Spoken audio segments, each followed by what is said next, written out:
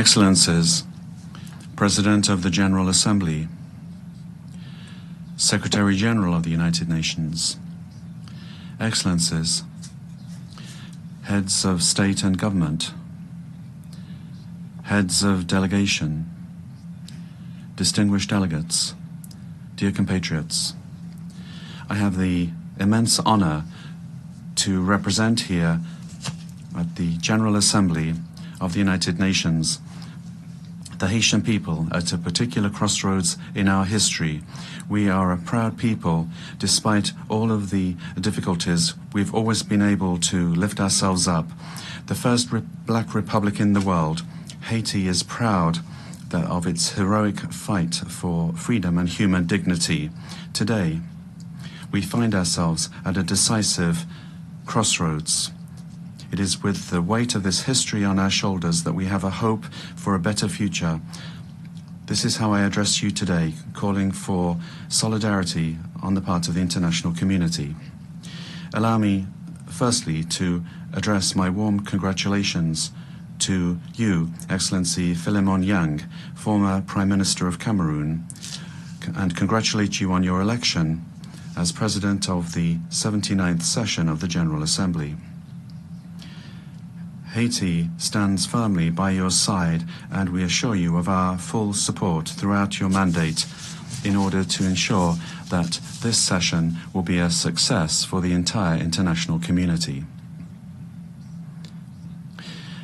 I would also like to indicate the exceptional quality of the work of your predecessor at the 78th session, His Excellency Mr. Dennis Francis of Trinidad and Tobago, who conducted work with dexterity, leadership, and wisdom. I would also like to take this opportunity to express on behalf of the Haitian people our gratitude to you, Secretary General Antonio Guterres, for your visit to Haiti, your presence on our soil, and your unfailing support for our request to the Security Council, in particular with regard to reinforcement of the national police in Haiti, and for all your interventions in favor of Haiti have been very much appreciated, and we will never forget. I would like to express my extreme thanks to the international community for the support given to my country during these times of crisis. This solidarity, which can be seen through the security initiatives, also those of humanitarian aid and support for development, is very much appreciated. It is through this ongoing cooperation and adapted to our situation that Haiti is becoming stronger, more resilient, and will continue towards development and progress. I would like to greet here all Haitian compatriots throughout the world who, whilst being attached to their country of birth, are forced to seek out more favorable skies in order to make a living. Everyone recognizes that they're very hard workers, and I want to tell them, wherever they are, that the Presidential Council of Transition and the government is thinking of them whilst we await an improvement of conditions so that they can come back into the fold. I would also like to take this opportunity to greet Amnesty International and other organizations closely following up on the defense of human rights of Haitians and violations of these rights throughout the world. On behalf of the entire Haitian people, I would like to extend a brotherly greeting to all friends of Haiti that have shown solidarity towards the migrants from our country, and in particular those living in Springfield, Ohio in the United States. The long history of friendship and reciprocal solidarity between our two nations since our participation in the Battle of Savannah of 1779 have enabled us to say with confidence that the American people reject any incitement to hate against our community. The active participation of Haitian immigrants at various levels of life in the United States is tangible and significant. In this regard, The passions that naturally arise during an election campaign should never serve as a pretext for xenophobia or racism in a country such as the United States, a country forged by immigrants from all countries and which has become a model of democracy for the world. Mr. President, Excellencies, ladies and gentlemen, the theme of this 79th General Assembly is leaving no one behind, acting together for the advancement of peace, sustainable development and human dignity for present and future generations. This very much resounds with the major challenges that we are facing today. This theme is an urgent call for unity and international cooperation in a context where inequalities, conflicts and the climate crisis are rendering even more vulnerable millions of people throughout the world. Whilst many nations are struggling to achieve these sustainable development goals, it is more necessary than ever to guarantee that all voices, and in particular those of the most marginalized, are included in the global decision-making process.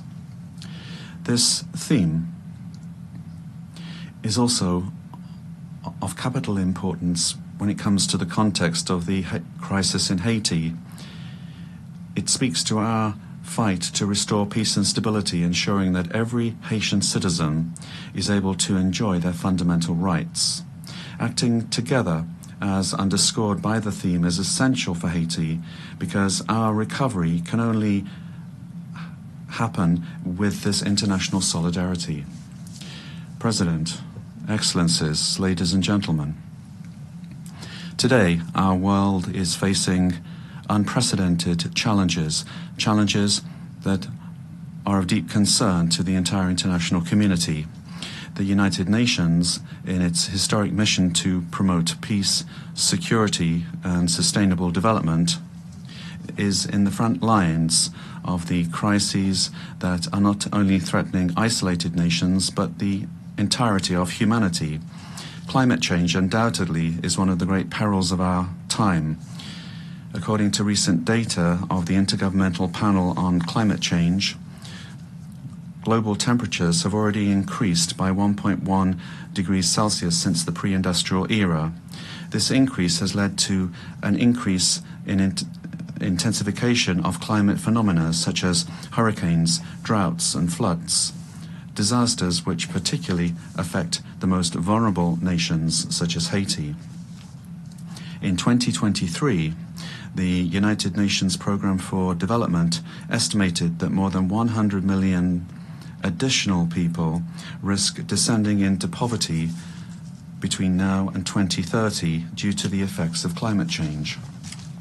For Haiti, which is part of the countries that emit the least greenhouse gases but which experiences the most devastating impacts of this, this global crisis is making it even more difficult for us to guarantee food security, access to drinking water and economic stability. Armed conflicts also continue to sow destruction and to ravage human lives. According to the High Commissioner of the United Nations for Refugees, the number of people forcibly displaced was 110 million in 2023. That's the highest figure that we've ever seen. Whether it be in Syria, in Ukraine or in the Sahel region, these prolonged conflicts are exacerbating poverty, destroying vital infrastructure and leading to massive flows of refugees. The world cannot remain inactive when millions of men, women and children are fleeing violence in search of security and dignity. The commitment of the international community is more necessary than ever before in order to find diplomatic solutions and to promote peace initiatives. Another major challenge relates to economic inequality, which continues to get worse. According to the Human Development Report of 2023 of the UNDP, almost 1.2 billion people are still living in multidimensional poverty, namely that they lack access to essential services such as health, education, and conditions for a decent life. The COVID-19 pandemic has worsened these inequalities, pushing millions of additional people into poverty. For nations such as Haiti, this impact has been devastating. With a high level of poverty, the country is facing profound structural challenges, but these inequalities are not just a Haitian problem. They are a global problem which requires global economic reform. Moreover, the challenges linked to food insecurity have become worse in recent years. According to the United Nations Food and Agriculture Organization, FAO, more than 735 million people in the world suffered from famine in 2022, an alarming increase that reflects the disruptions caused by conflicts, economic crises, and climate change. Haiti, unfortunately, is no exception to this. The World Food Programme recently underscored that almost half of the Haitian population is in a situation of acute food insecurity. This situation is not just a humanitarian emergency, but it is a threat for the stability of our nation. We must work together to strengthen our farming systems, guarantee fair access to food resources, and fight against hunger in a concerted and sustainable manner. Finally, technological progress provides new opportunities, but also new threats. The acceleration in the development of artificial intelligence, the proliferation of cyber attacks, and disinformation are endangering the stability of democracies throughout the world. The report of the International Telecommunications Union demonstrates that the digital divide remains a major challenge, with almost 2.7 billion people still not having access to the internet in 2023. Haiti is one of the least connected countries, and we urgently need support in order to fill in this digital divide so that we can fully participate in the global economy of the 21st century. This year, Haiti reaffirms its commitment in favor of the preservation of our common heritage, the oceans. That's why today I announced proudly that Haiti will sign the agreement on marine biodiversity of areas beyond national jurisdiction, adopted on the 19th of June 2023 and open for ratification since the 20th of September 2023. This agreement is a crucial tool to guarantee the protection of marine biodiversity, to promote sustainable use of marine resources, and strengthen the resilience of island states such as our own in the face of climate challenges.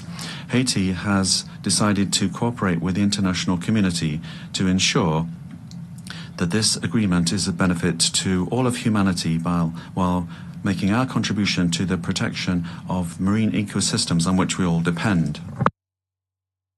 These global challenges can only be addressed through a renewed commitment to multilateralism, through solidarity and collective action.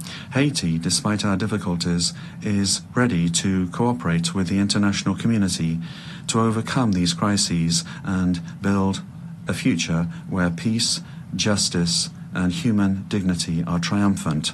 But we can't do this alone. It's only together that we can act to guarantee that no one is left behind. Excellencies, ladies and gentlemen, in proclaiming the independence of Haiti in January 1804, General Jean-Jacques Dessalines, the founding father of our homeland, gave human rights a universal character. He began the dismantling of the colonial and slave order, and then human rights ceased just being white man's human rights and became human rights for all men and all women, namely the rights of all humankind.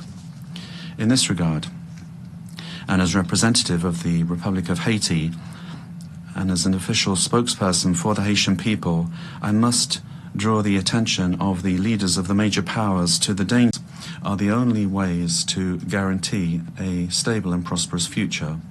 It is with this vision, this devotion, and the strength given to me by this rich political experience that I am leading the transition, determined to lead Haiti towards peace, security, and participatory democracy through the holding of the National Conference and the renewal of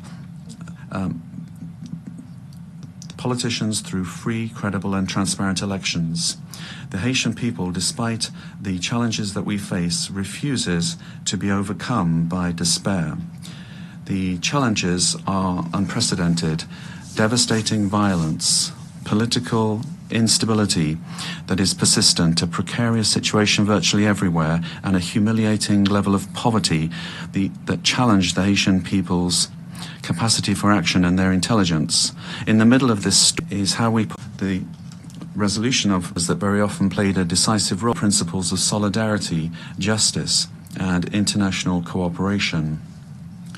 It is together with a shared sense of responsibility and renewed commitment that we will be able to transform this crisis into an opportunity to embark upon a sustainable path to peace.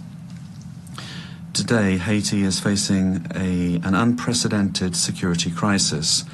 The increase of armed gangs, generalized violence, and political instability have plunged the nation into a state of extreme vulnerability. Citizens live in fear, unable to move around freely throughout the country, to go and work or send their children to school without risk, particularly in the capital Port-au-Prince. This situation is affecting all aspects of Haitian society. It's weakening institutions, paralyzing the economy, and it's undermining hope in a better tomorrow. The future of the country is under threat. 50% of gang members from the capital region are made up of children and young people, girls and boys.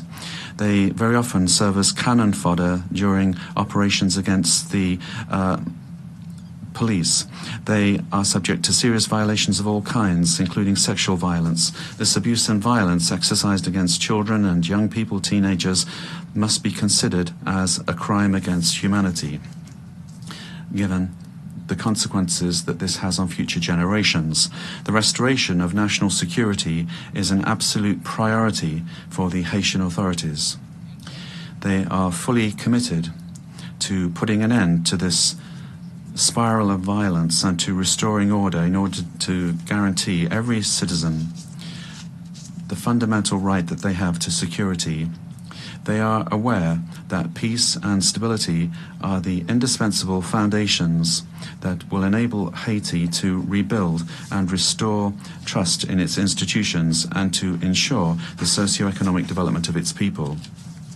With this in mind, the decision of the Security Council to authorize the deployment of the Multinational Security Support Mission through Resolution 2699 was a direct response to the calls of the Haitian people. This mission, although it is not a classic UN force, embodies the commitment of the international community to support Haiti in its fight against insecurity. I would like, on behalf of the Haitian people, to express my profound thanks to the contributing countries, particularly Kenya, for having accepted to take on the leadership of the mission, as well as to all countries that have provided their support. The national security forces, with the support of the mission, have already demonstrated tangible results on the ground, making it possible for the population, little by little, to see normal life restored, but a lot still remains to be done. Haiti has hosted several United Nations missions over the last 3 decades, particularly MINUSTAH. Although some of these missions have helped to temporarily stabilize the country, they have also left behind a heavy heritage of consequences. Serious allegations of serious violations of human rights have eroded the trust of the Haitian people. The lack of prosecutions and reparations for the victims have reinforced a sentiment of impunity, undermining the efforts at rebuilding. Nevertheless, it's never too late to act and to learn lessons from the past. By rethinking the approach, we have the opportunity to boost the reputation of international missions in Haiti and to build a future that is better for the Haitian people. It is in this spirit that we would like to see a thought being given to transforming the security support mission into a peacekeeping mission under the mandate of the United Nations. This transformation would make it possible not only to secure more stable funding and to extend the capacity of the mission, but also it would make it possible to strengthen the commitment of member states to security in Haiti. I am convinced that this change of status, whilst recognizing that the errors of the past cannot be repeated, would guarantee the full success of the mission in Haiti. Excellencies, ladies and gentlemen, today I stand before this assembly as the voice of the Republic of Haiti, a country whose history is inextricably linked to the ideals of freedom and justice that we all celebrate here. But Haiti, the first independent black nation of the world, today is the greatest victim of a historical injustice which has not only delayed our development but has also saddled our people with a burden, the repercussions of which we still feel today. In 1825, just 21 years after having won its freedom at the cost of a heroic fight, Haiti was forced to pay a colossal debt to France, the colonizing country, in exchange for recognizing its independence. This ransom, imposed under threat, siphoned off resources of the young nation, plunging it into an infernal cycle of impoverishment, which it still struggles to overcome. This debt was a form of punishment for our audacity in throwing off the chains of slavery and raising up Haitians to claim their human dignity. It was an unjust penalty which asphyxiated the economic and social potential of the black people of Haiti for generations. In today's context, where more than ever attention is being paid to efforts to restore without delay security and respond to the immense humanitarian needs in Haiti, I think it is important to draw the attention of this assembly to the after effects of our colonial past and the ransom paid to certain powers that have largely mortgaged the development of Haiti. It is worth recalling that Haiti was the only country to have paid for its independence, obtained, however, through the fire and the sword.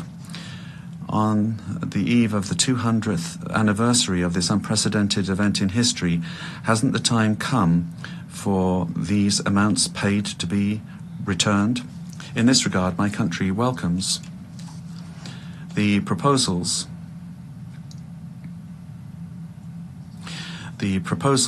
made by a number of governments and also some agencies of the United Nations for specific action with regard to recognition, reparation and restitution for the wrongs of the past.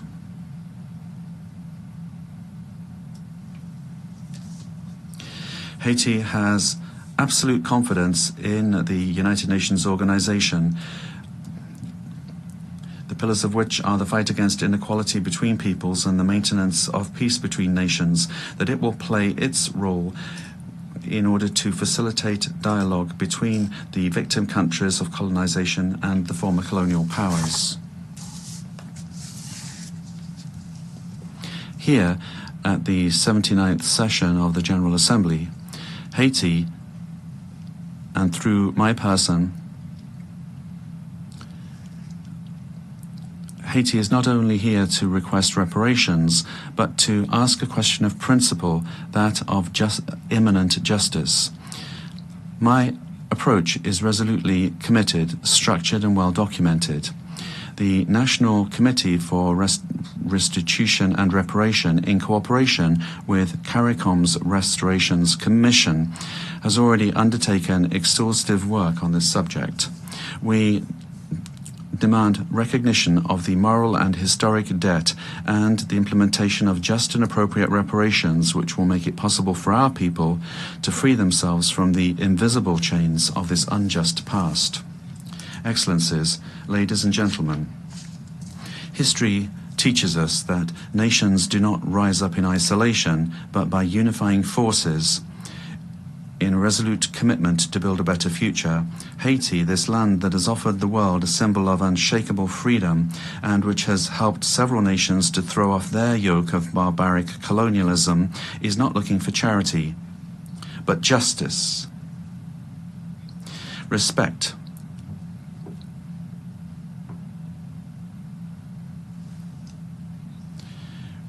respect for its dignity and its right to a dignified and prosperous existence. The challenges that we face today are certainly huge, but they are not insurmountable. They require of us all a shared vision, a profound sense of our common humanity and determination to turn crises into opportunities for renewal.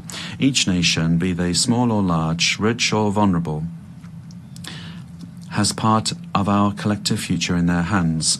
It is in this interdependence that resides the genuine strength of multilateralism. May this general debate be the moment where we reaffirm our unfailing commitment towards peace, human dignity, and sustainable development, because what we do today will resound for centuries to come. History will judge the way that we have been able to respond to the challenges of our times. Together, in a spirit of solidarity and cooperation, we can and we must build a future where no people, no nation is left behind. Long live Haiti. Long live international cooperation. Tomorrow, another country. Tomorrow, another world. I thank you for your attention.